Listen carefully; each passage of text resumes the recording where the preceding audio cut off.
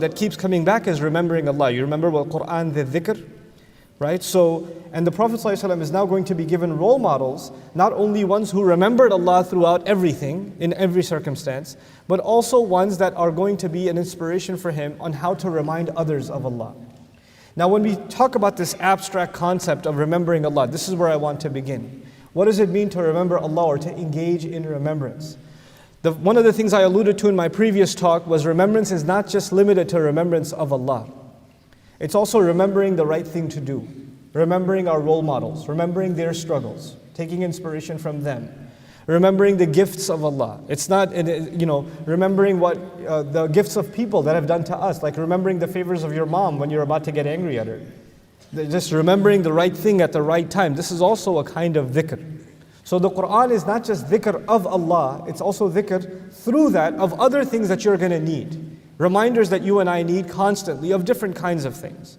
Now, having said that, usually when you and I think of dhikr, we think of somebody sitting and doing the adhkar, they're reciting either tasbih or they're reciting Quran and they're praying. They're engaged in some kind of worship. And this is the context in which you and I think about dhikr. And we're going to broaden our horizon in this session. We're going to think about dhikr in much more broader terms as inspired by these ayat of the Quran. This is now going to start with the story of Sulaiman alayhi salam, which, by the way, interestingly enough, comes right after the following ayah. Kitabun anzalnahu ilayka mubarakun liyadabbaru ayatihi.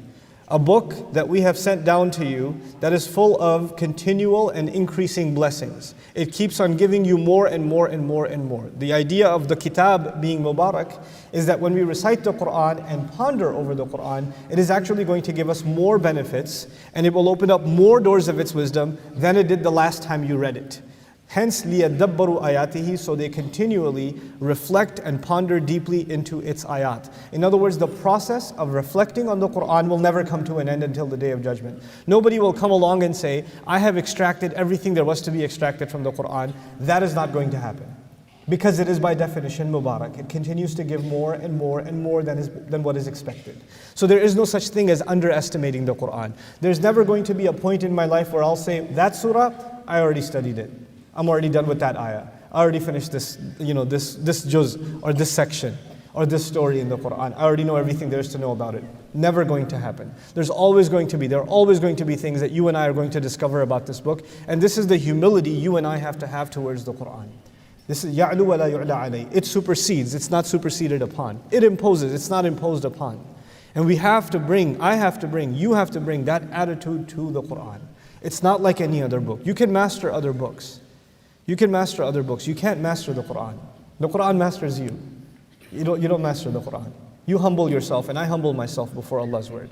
So now with this introduction, which is about the Quran itself, he says, لِيَدَّبَّرُوا آيَاتِهِ, so they reflect, ponder deeply into his ayat, وَلِيَتَذَكَّرَ أُولُو الْأَلْبَابِ, and people of sound minds, people who deeply like to think, that they make an effort to really remember. This is the introductory ayah before we get into the story of Sulaiman alayhi salam, who's the son of who? You remember from the last time? Son of Dawood, which is the previous passage. So between that passage and this passage is this ayah about the Quran, reflect deeply. As if Allah is saying, before you engage the story of Sulaiman, know that to understand it, you're going to have to think very deeply. And you're going to have to do a lot of review and reiteration and think through before you arrive at what Allah wants you to arrive at. It's not just going to come without effort. وَلِيَتَذَكَّرَ أُولُو الْأَلْبَابِ لِيَدَّبَّرُوا آيَاتِهِ. These are not easy things. Reflection doesn't just happen when you're just sitting there and just reciting casually. It requires you to leave other thoughts behind and just engage yourself in the book of Allah. And that's before I get into these ayat. And by the way, I'm going to so stick to my time. Watch. It's going to be awesome. I'm going to be so good with my time.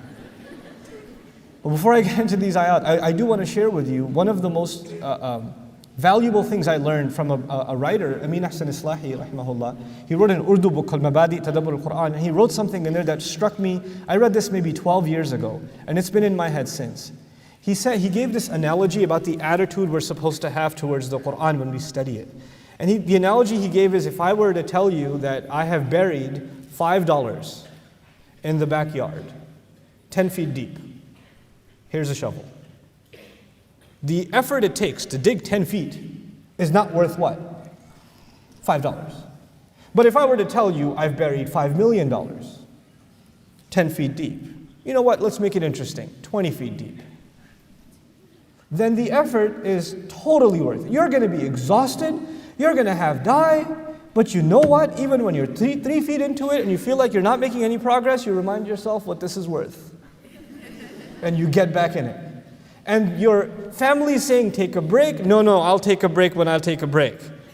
When your body can't take anymore and you collapse, and as soon as you wake up, you don't think about food, you think about digging again, because you know what the effort is worth. In other words, human beings apply effort.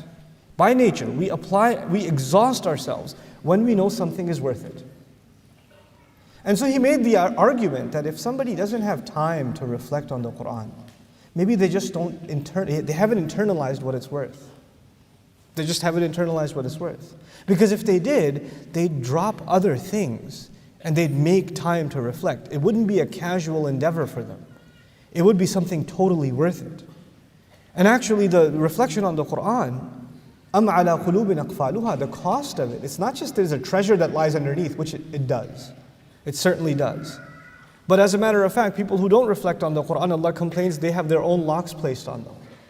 It's a very serious matter, tadabbur in the Quran. It's not a casual thing. It's not something for the scholars to do or for some group of people to do that, the rest of us are off the hook. They can do the reflections for us. As a matter of fact, tadabbur, the idea of pondering over the Quran, learning its meanings, learning the basic meanings, studying a tafsir or something like that, but then your own engagement with the book, your heart and soul engrossed in the word of Allah, that is something Allah wanted for every single human being. This is one of the things that makes our religion beautiful, is that we actually don't have intermediaries between us and Allah. Allah speaks directly to every single believer, right? And He didn't impose on us this artificial hierarchy that, unless you do this, and this, you cannot engage with the book of Allah. No, He opened this book to all of humanity. As a matter of fact, He invited all of humanity to reflect on it. And unfortunately, we've got a culture in which we confuse learning from reflection, right? There's a bare minimum every Muslim should try and learn. Right? And there's some things, فَاسْأَلُوا أَهْلَ الذِّكْرِ إِن كُنتُمْ لَا تَعْلَمُونَ. If you're in your own reflections, if you don't learn, you can't reflect. So you're on a constant journey to learn. But this unfortunate kind of attitude that until you become a shaykh, you shouldn't even think about the Quran. This is a disservice to the book of Allah. This is not what the intent ever was. There were plenty of people in our history, even from the Sahaba generation, who were not very knowledgeable in the Quran. They knew very little Quran, but whatever little they knew, they pondered over. They reflected over. They constantly mulled over. This is something that deserves our time. And this is not just an intellectual exercise. The Quran makes it very clear. Hearts get locked. It's a spiritual exercise. To ponder over what Allah is saying is a spiritual exercise. And it will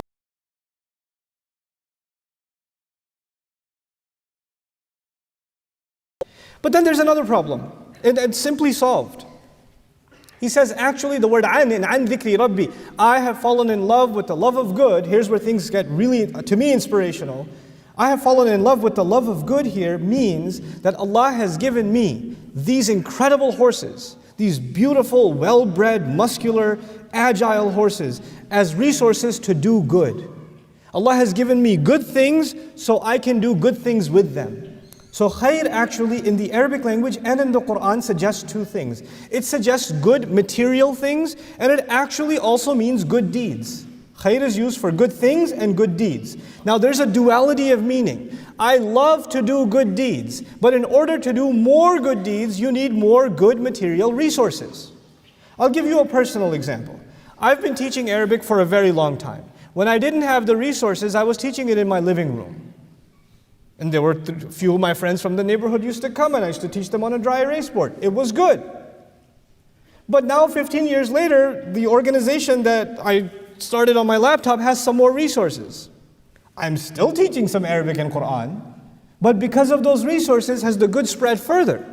It has. When you have more resources, then you're able to do more what? More good. Now, the problem is when you are looking at khair in one dimension, I want more material good. I want more material good. This is what a lot of people live for, by the way. I want a nicer car. I want a better house. I want nicer clothes. And it stops there. This is what I want. All of those things, totally cool. Want them, no problem. But want them so you can do what? Way more good. Want them so you can do, there's a bigger good at play here. When he is checking on these horses, by the way, he's actually preparing a cavalry that will take on the charge of defending the lands of the believers, taking on the violent aggressors, doing Allah's task, fi sabilillah. In other words, these horses and taking care of these horses, which seems like a material task, is actually inspired by him wanting to do good for the sake of Allah. So the word an here is, I love taking care of this good stuff inspired by the remembrance of my master. It doesn't take me away from remembering Allah, it actually reminds me more of remembering Allah. Allah has changed our view of accessing material good in the world in this ayah. You do not have to be afraid of the material. You have to put it to work. You don't work for it, it works for you. A lot of people work for money. A lot of people work for wealth. But no, wealth should work for us.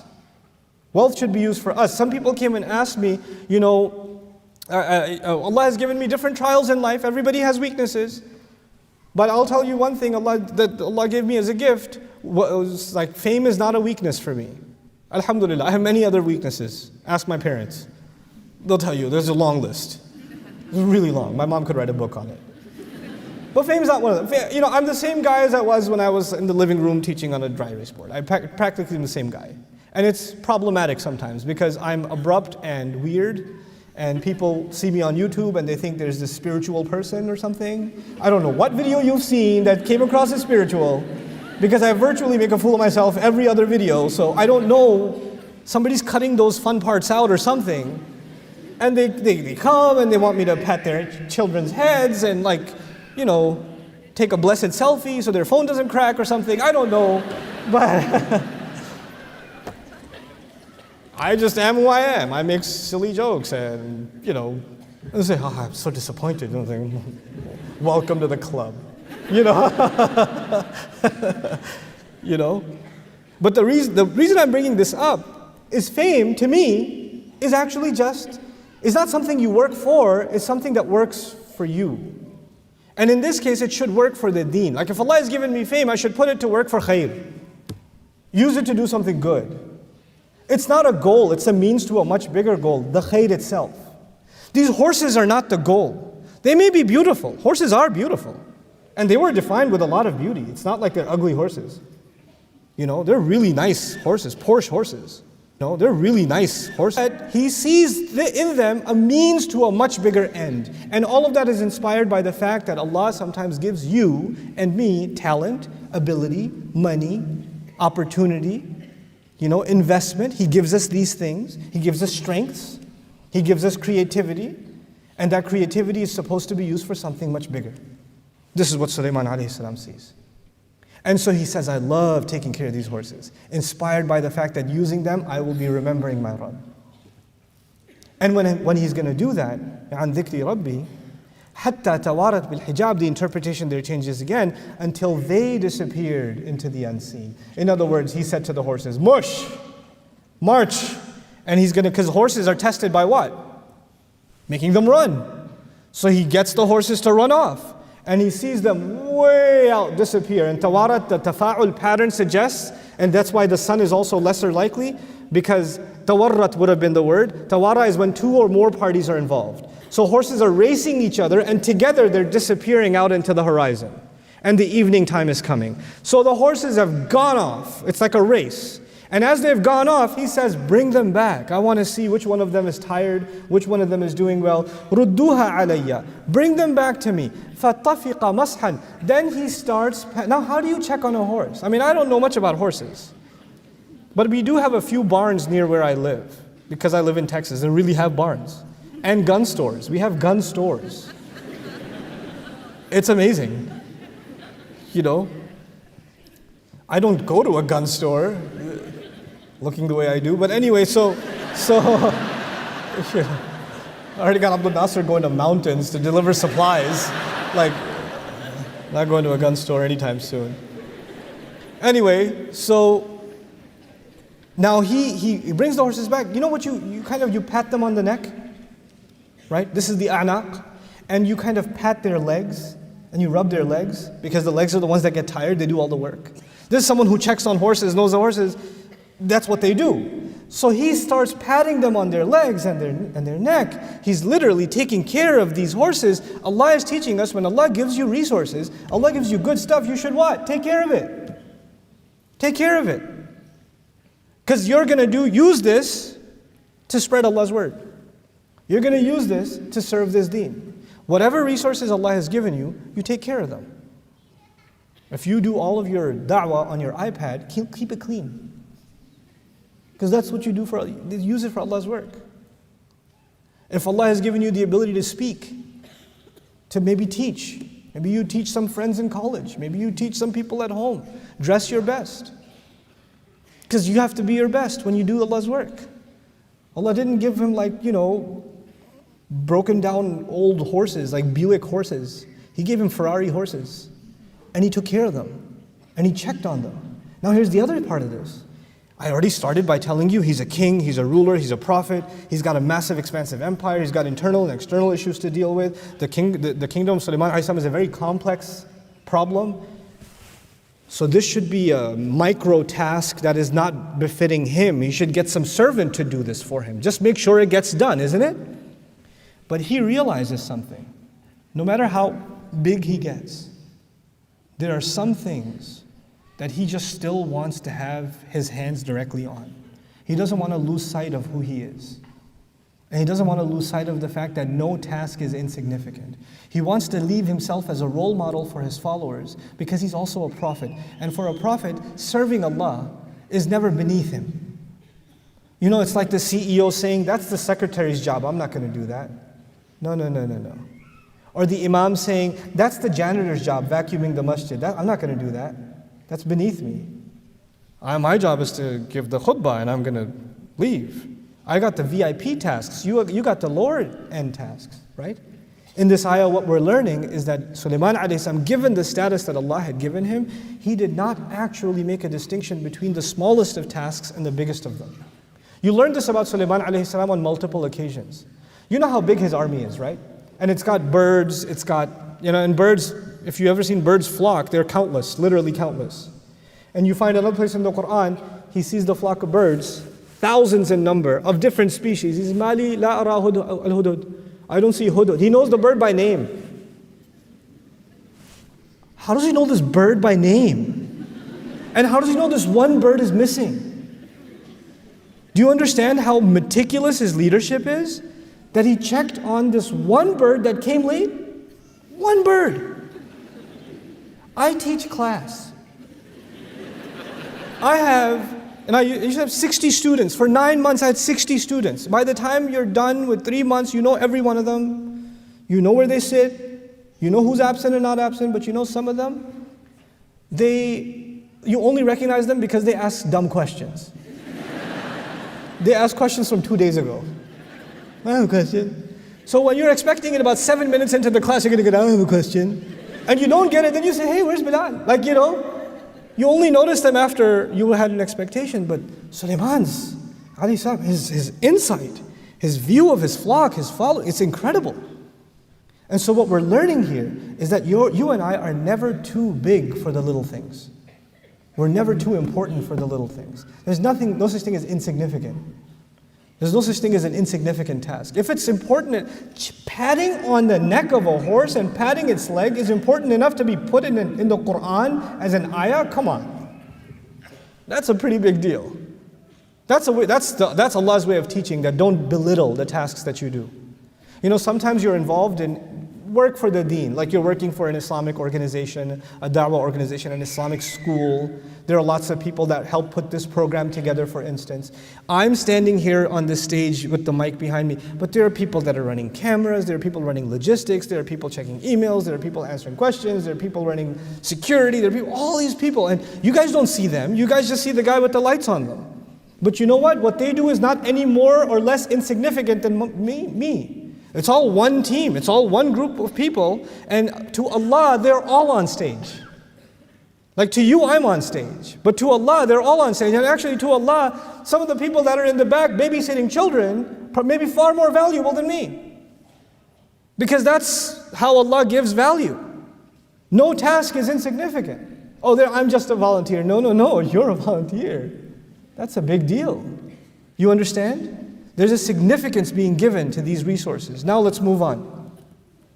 So these horses disappear, he pats them, and now we're learning that Sulaiman alayhi salam, at least what we learn now, the day is over. And when the day is over, what you'll expect from any normal human being is they're going to be exhausted. They're going to be completely overwhelmed. I mean, imagine the amount of pressure this man has on him, alayhi salam. And so I'll offer you the interpretation of the next ayah, what I find most convincing, instead of going through all of the opinions. وَلَقَدْ فَتَنَّا سُلَيْمَانَ. We thoroughly tested Sulaiman. Sulaiman was tested on every front, alayhi salam. وَأَلْقَيْنَا عَلَى كُرْسِيِّهِ جَسَدًا. Literal translation, we threw on his throne or his chair, we threw a body that looks almost like it's lifeless. The interpretation I find most convincing is literally that Allah Azza wa Jal threw him on his throne and he's so exhausted that he can't even get up. He's so burnt out by the work that he has to do. Allah has given him an incredible amount of resources, and he's so enthusiastic about taking care of the smallest task to the biggest task, and that's just humanly really difficult to pull off. That's just way too much responsibility for one person, to the point where he's just collapsing. He can't even stand up. He's just thrown on his chair. And as he's, lies there, by the way, when you're that exhausted and you're in a position of leadership, that's when you start complaining and go in a bad mood. I'm so tired. I don't have any good help. Nobody even helps with the horses. I've got this front over here. I've got a civil war going on over there. I've got this general who's got this problem. I've got this, got that. And nobody's taking care of business. Instead of complaining, what does he do? He's on this chair. ثُمَّ أَنَابَ. Then he repented. He came back to Allah. You know, this is the difference between decent people and indecent people. You have to understand this lesson before we go on, because this is all working up to that dua, that one dua that I want to get to. What is the difference between decent people and indecent people? I'll tell you the example of decent students and indecent students. That's my favorite way to do this. A decent student and an indecent student both take the same test. They both fail. They both failed. The decent student comes up and says, Ustaz, I should have done my homework. I should have been reviewing from a week. I had these questions and I got lazy and I didn't ask and I didn't seek the extra help and I crammed and I tried to study 2 hours before the exam, and that's why I failed. The indecent student comes up and says, this curriculum is very complicated.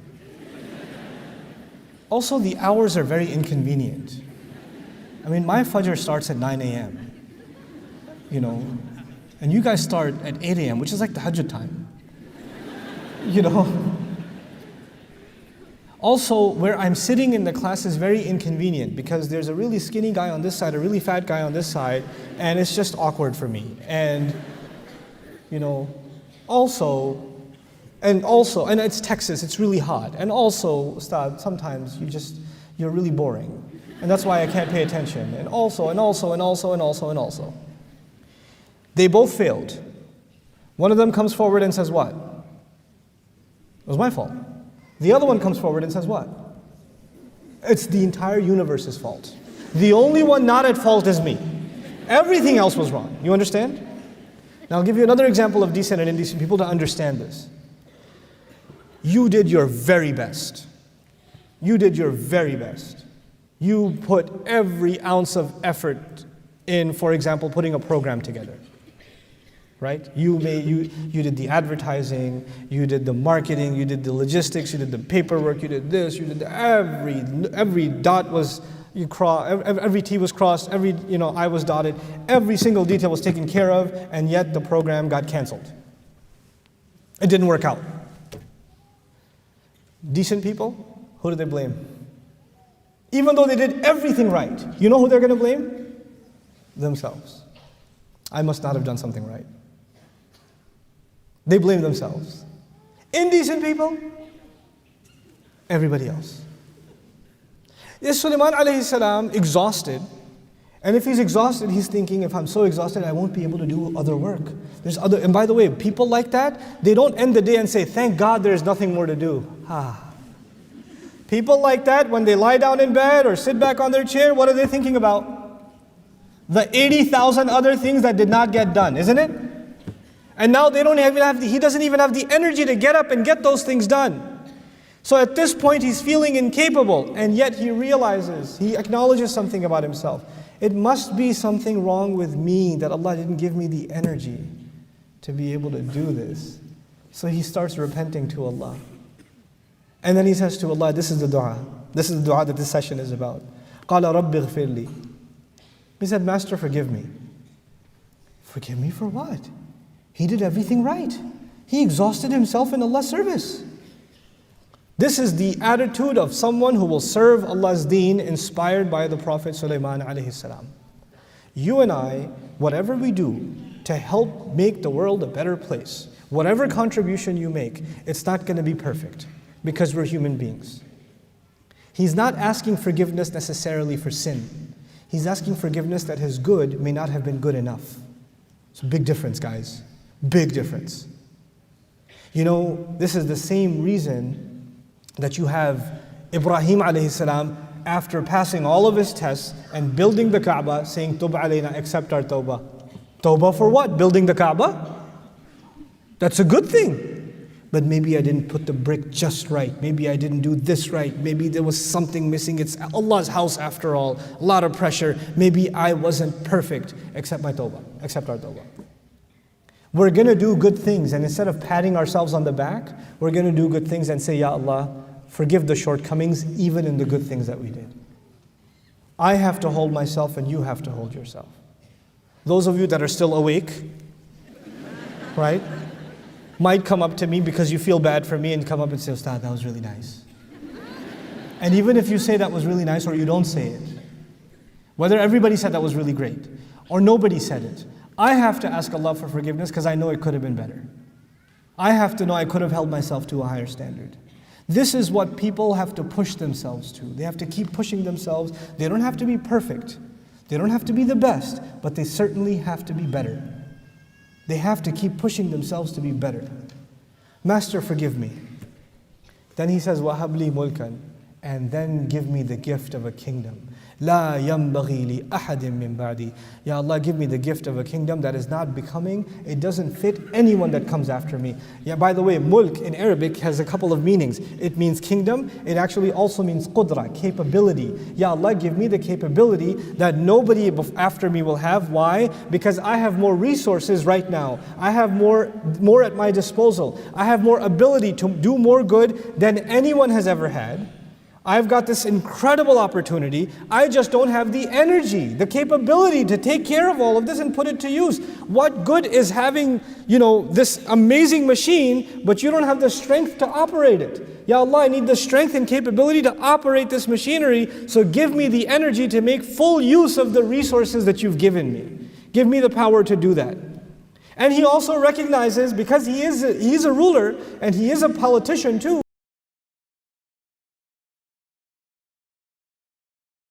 a kingdom that is suited to my capabilities. Give me the resources that match my talents. Meaning, يَنْبَغِي لَا يَنْبَغِي لِأَحَدٍ مِّن بَعْدِي means basically customize my kingdom to me. What I'm capable of handling. Ya Allah, don't give me resources that are beyond my capability. Then I'll feel bad that I had this stuff and I couldn't put it to work. You need to give me things that I can actually handle. I ask your forgiveness that I'm not capable of more, but give me what is within my capacity, within my capability. لا ينبغي لأحد من بعدي. You're the one who keeps on giving gifts over and over and over again. This is an incredible dua in which you and I are learning to ask something from Allah. Ya Allah, you and I, each of us would ask, Ya Allah, you have given me certain talent, certain opportunity. You have given me certain capability. You have given me certain wealth. Now Allah, give me the strength, the will, the moral will, the spiritual strength to put this stuff to good use in a way that is fitted perfectly for me. You know what that also tells you? The good that I'm going to do, I cannot compare with the good that you're going to do. What Allah gave you is not the same as what Allah gave me. And so the way you're going to put your goodness to work is not the way that I will put my goodness to work. And there is no comparison. It's not for anybody else, it's for you. لا ينبغي لأحد من بعدكم. يعني بعد بمعنى دون هنا كذلك. Other than me, it's not for anybody else. I'm just asking for myself. We're learning in this dua that we don't ask Allah for things that other people have. We ask Allah for things that are best for ourselves. Don't live a life of comparison. Don't live a life of comparison. Get Allah to give you what is right for you. وَلَا تَتَمَنَّوْا مَا فَضَّلَ اللَّهُ بِهِ بَعْضَكُمْ عَلَى بَعْضٍ. Don't wish for things that Allah has given other people preferences over you. And sometimes Allah gives other people things that He doesn't give you. But you will have to ask Allah from within what He has given you. Give me something that I can put to work like nobody's business. لَا يَنْبَغِي لِأَحَدٍ مِّن بَعْدِي. It's so powerful. It's so, so beautiful. In this incredible passage, we're learning to break something. You know, I don't like this attitude at all. I think it's poisonous. The poisonous thing is, I don't want dunya, I just want deen. Where did you get this idea? I don't want dunya, I just want deen. And what does that even mean? Well, I just want to do something for the akhirah. I just want to pray. When he was doing dhikr, what was his dhikr? Patting on horses and watching them race. That was a spiritual exercise for him, was it not? What are we learning? We're learning that engaging in this world and excelling in this world for the right reasons is deen. Engaging in this world. One of the most inspirational places in the Quran that I can't get over is even the ayah of dain, the ayah of loans, the longest ayah in the Quran, business transactions. Business transactions. You don't get more materialistic than business transactions, people. And yet the guy who knows how to write the loan contract, فَلْيَكْتُبْ مِمَّا عَلَّمَهُ اللَّهُ. He should write based on what Allah taught him. Allah didn't teach him. He learned how to write business contracts from the people who taught him how to write business contracts. And it's not a spiritual education. It's an education in finance and accounting. And Allah calls it, Allah taught him. The same verbiage that's used for Allah teaching the Quran. مِمَّا عَلَّمَهُ اللَّهُ فَلْيَكْتُبْ. He gave nobility to even someone who learned business transactions as something spiritual if it's done for the right reasons. We don't separate worldly life from spiritual life in this Islam. We don't. We submit our worldly life to a higher goal. We excel in this worldly life for a higher goal. Your career should mean something more than just putting food on your table. Your educational aspirations, the young people that are sitting here. What is your life going to be worth? What do you want to do with your life? Oh, I like photography. Why do you like photography? What are you going to do with photography? You can like photography, but have a vision, have a purpose. That is khair. I kind of like it. Not good enough.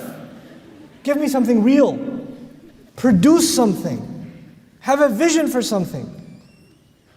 Ask Allah to give you capability to actualize your strength, your talents. And so, having said this, and then Allah describes at the end of it all, هَذَا عَطَاؤُنَا. This is our gift. This is our grant. فَمْنُن. Give it to whoever you want. Use it freely. Don't be cheap with it. Now we're learning that when Allah gives you resources, you don't hold them back and say, no, we need to conserve it for the next 10 years. فَمْنُن. Give, grant. When you see an opportunity to do good, invest in people. Invest in resources. Invest in institutions.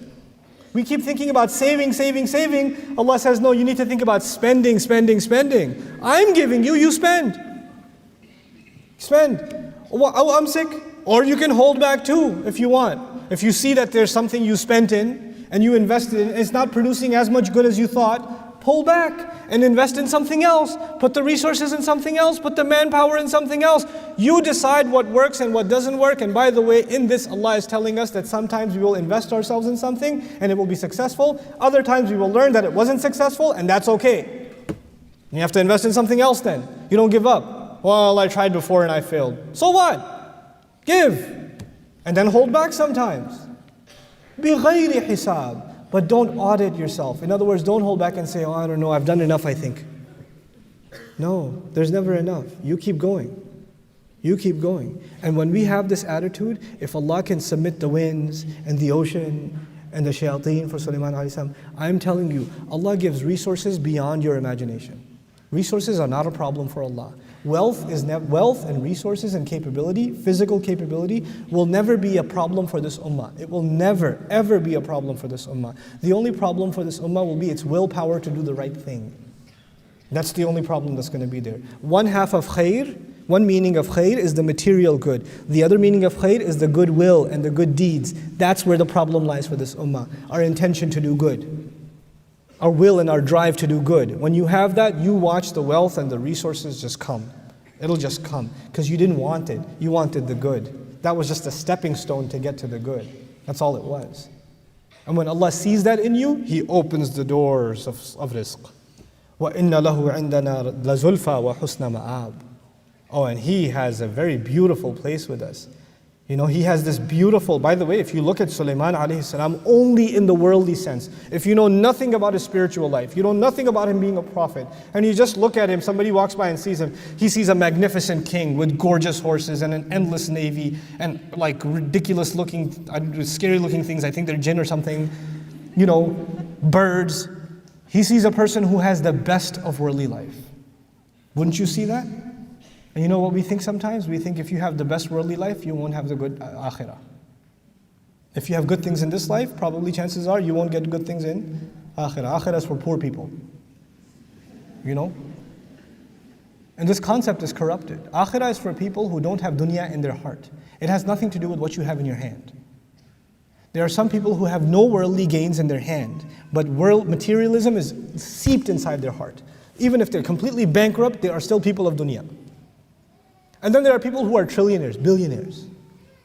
But they have no ounce of it where?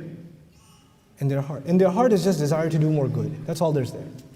That's all they care about. And those people are people of akhirah. They can have the best of this life and the next because they don't care for the best of this life. That was just a means to an end. That's all it was for them. And so this is the grant of Allah, and He will have a husna ma'ab, and much more beautiful a place to go back to after all of that. Allah Azza wa Jal mentions this. I leave you with the following. This surah and the sequencing of it, I talked to you about before, but the sequencing of prophets also. Immediately followed after this is Ayyub alayhi salam. Ayyub alayhi salam is almost exactly the opposite of Sulaiman alayhi salam. Why? Has no control over his family, not even over his physical body. Sometimes Allah will give you endless resources. Other times Allah will give you zero resources. He won't even give you the resources of your own body. Some people will be tested with a lot of material good. And other people will be tested with absolutely no material good. Nothing. And yet both of them, look at the language of Allah Azza wa Jal. By the end when Allah describes it, وَإِنَّهُ عِنْدَنَا لَزُلْفَى وَحُسْنَ مَآبٍ. He also has great status with us. He also enjoys this high status, subhanAllah. So it's not that your measure with Allah is determined by how much He gave you in this world. Because you might get confused if you only study the story of Sulaiman. You'll say, well, if Allah really wanted me to do good, He would have given me a lot of good resources. And that's how I know Allah likes me. Well, no, He loves Ayyub too. So Allah gives tests, sometimes with good and sometimes with harm. You have to navigate both of those tests and prove yourself to Allah. Because for both of them, these were just a means to an end. The difficulty is a means to something higher. And the ease is means to something higher. When the difficulty and the ease, when they become your end, that's when you lose sight of what this iman is about, subhanAllah. I'm particularly moved by this dua as I leave you guys, because I honestly think that we need an inspired young generation that is going to take this message of the Quran and is going to bring its light to every career. Every career. Some of you are going to go into the medical profession, some of you will be architects, some of you will be engineers, some of you will be historians, political scientists, anthropologists, I don't know, media people, animation people. You're going to be all kinds of crazy people. But whatever you are, you're going to excel in it. You're going to have your safinatul jihad. You're going to have your Ferrari horses ready to run in every one of those fields. And you're going to do them because you have a higher purpose. You want that career to mean something more than just money. You want it to mean something much, much bigger. And you want to show the excellence of Islam and the fact that you can live a life of dhikr no matter what career you do, no matter what path you take. You will still live a life of dhikr. And you will not forget Allah Azza wa Jalla. And you will exhaust your resources until they depart into the sunset, and still you'll want to give more and more and more. And even if you do hit a setback, it won't stop you from giving. You will make smart decisions, you'll learn from your mistakes, and you'll keep on moving forward. This is what the Ummah needs right now. This is what it needs. And this was the inspiration given to Rasulullah sallallahu alaihi wasallam, that whatever resources are at your disposal, more or less, you work with them and you exhaust them to their maximum. You put them to work. Famous ayah, لا يكلف الله نفسا إلا وسعها. Just that one part. لا يكلف الله نفسا إلا وسعها. Simply translated, Allah does not burden anyone except to their capacity. Allah does not burden anyone except to their capacity. Except, the problem linguistically is that would have been if the ayah was لا يكلف الله نفسا إلا بوسعها. If the ba was there, I would have no problem translating Allah does not burden a person except to their capacity. By removing the ba, what Allah did is a kind of tawassu', which means something drastically different and powerful. What it means then is Allah does not test or does not burden a person except with their own potential. Listen to what I'm saying again. Allah does not burden a person except with their own what? Potential. Wait a second. That means I got an 80 on a test, but I had the potential to get 100. Allah will ask me what? How come you didn't go for the 100? Just because you were good, it was good enough to get by. Mediocrity, you were just getting by and that was good enough. No, Allah will test you with your excellence, with the maximum potential you have. You and I will have to constantly ask ourselves, what more could I accomplish? What more could I accomplish? What more could I accomplish? And the only thing you're going to have to fear is your own, your delusional fear that you're not capable. You are capable. You are capable. Allah burdened you with capability. Allah burdened you with amazing potential. And you're going to keep pushing that potential over and over and over again, testing it. Because until you test it, you don't know what your potential is. You just don't know. I push myself. You have to push yourself. You have to put milestones on yourself.